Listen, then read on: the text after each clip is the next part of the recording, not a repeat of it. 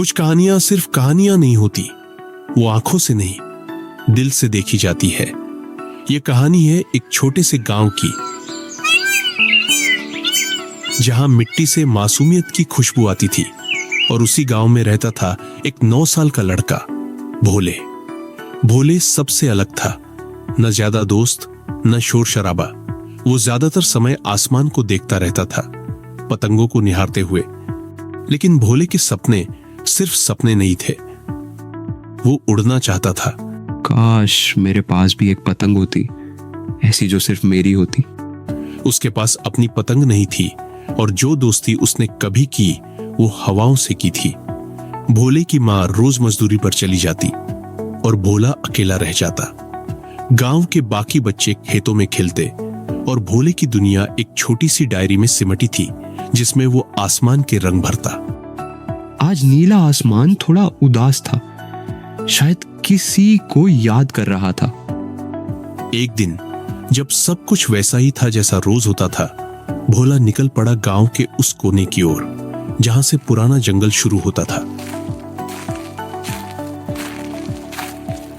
लोग उस जंगल से डरते थे, लेकिन भोले के लिए वो जंगल एक रहस्य था।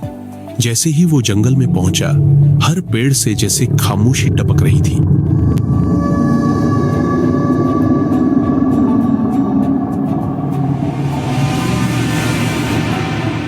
लेकिन उस खामोशी में एक आवाज गूंजती है, बचाओ।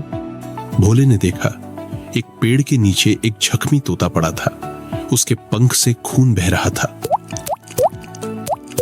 और उसकी आंखों में दर्द के पीछे एक दोस्ती छिपी थी। तो तुम ठीक हो? मैं मदद करूं? मैं इकरान हूं, पहले उड़ता था, अब सिर्फ याद करता हूं।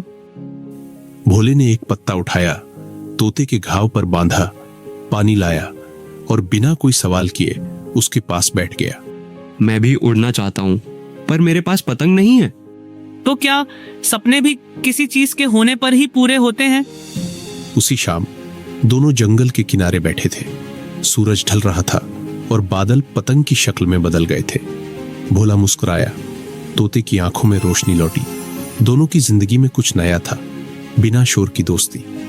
अगले कुछ दिन भोले रोज जंगल जाता, तोते के लिए फल लाता, उसके जख्म देखता और तोता उसे जंगल के रहस्य सुनाता। यह जंगल सिर्फ जंगल नहीं है, यहाँ हवा भी याद रखती है। जो इसमें सच्ची दोस्ती करता है, उसकी आवाज हवा अपने साथ ले जाती है। एक दिन बारिश के बाद जब सब कुछ निखरा निखरा सा था, भोले ने देखा एक पतंग एक पुराने नीम के पेड़ में अटकी हुई थी।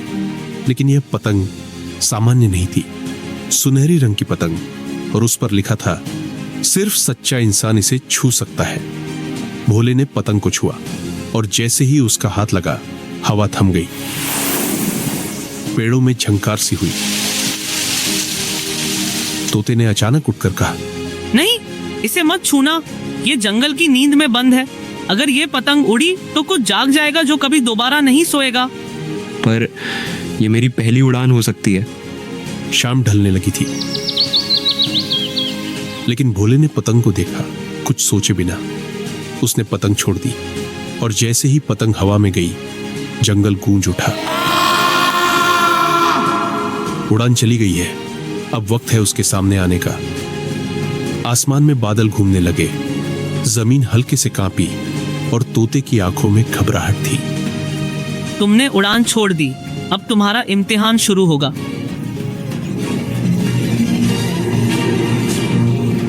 जंगल में अंधेरा उतर चुका था, लेकिन उस दिन का अंधेरा केवल आसमान में नहीं, भोले के दिल में भी था।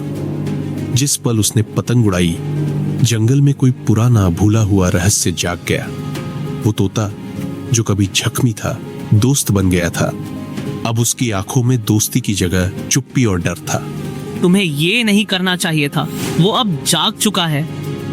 कौन जाग गया? जंगल के बीचों बीच जमीन के अंदर से एक पुराना दरवाजा निकल आया। मिट्टी उड़ रही थी, हर पेड़ से दर्द भरी चीखें निकल रही थी। वक्त लौट रहा है, वो वक्त जो छुपा दिया गया था।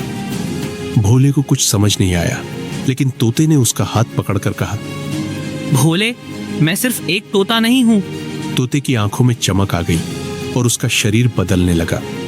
पंख लंबे हो गए, आवाज में गहराई आ गई। वो अब जंगल का रक्षक बन चुका था।